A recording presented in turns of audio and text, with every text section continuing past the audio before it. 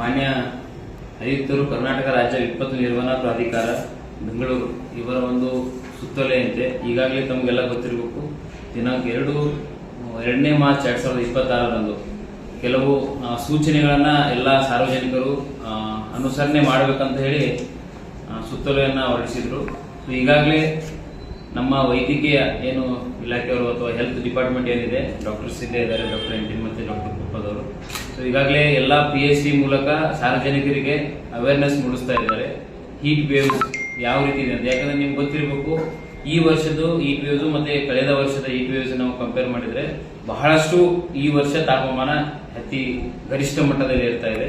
So ಈ ಒಂದು ನಿಟ್ಟಿನಲ್ಲಿ ಎಲ್ಲ ಸಾರ್ವಜನಿಕರು ಆಗಿರ್ಬೋದು, ಎಲ್ಲರೂ ಅಧಿಕಾರಿ ಇರಲಿ ಏನೇ ಇರಲಿ, ಸೊ ಹೀಟ್ ವೇವ್ಸ್ ಅಂದ್ರೆ ಅದರಿಂದ ಏನೇನೋ ಪರಿಣಾಮಗಳಾಗ್ತವೆ, ನಾವು ಅದರಿಂದ ಯಾವ ರೀತಿ ಏನು ಉಳಿಸ್ಕೋಬೇಕು ಆ ಹೀಟ್ ವೇವ್ಸ್ ಇಂದ.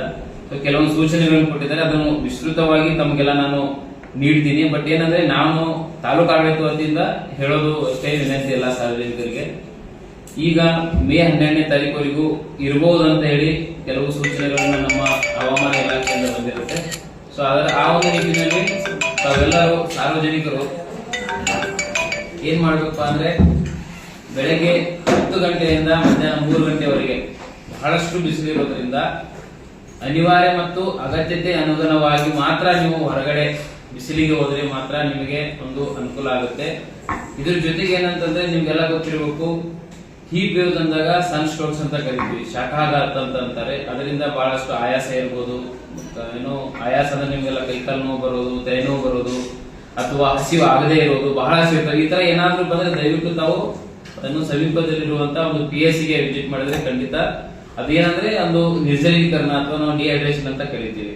ನಾವೇನ್ ಮಾಡ್ತೀವಿ ಅಂದ್ರೆ, ನೀರಡಿಕೆ ಆದಾಗ ಮಾತ್ರ ನೀರು ಕುಡಿಲಿಕ್ಕೆ ನಾವು ಹೋಗ್ತೀವಿ. ದಯವಿಟ್ಟು ನೀರಡಿಕೆ ಆಗೋಕ್ಕಿಂತ ಮುಂಚೆ ನೀರು ಕುಡಿಯುವಂತ ವ್ಯವಸ್ಥೆ ನಾವು ಮಾಡ್ಕೋಬೇಕು.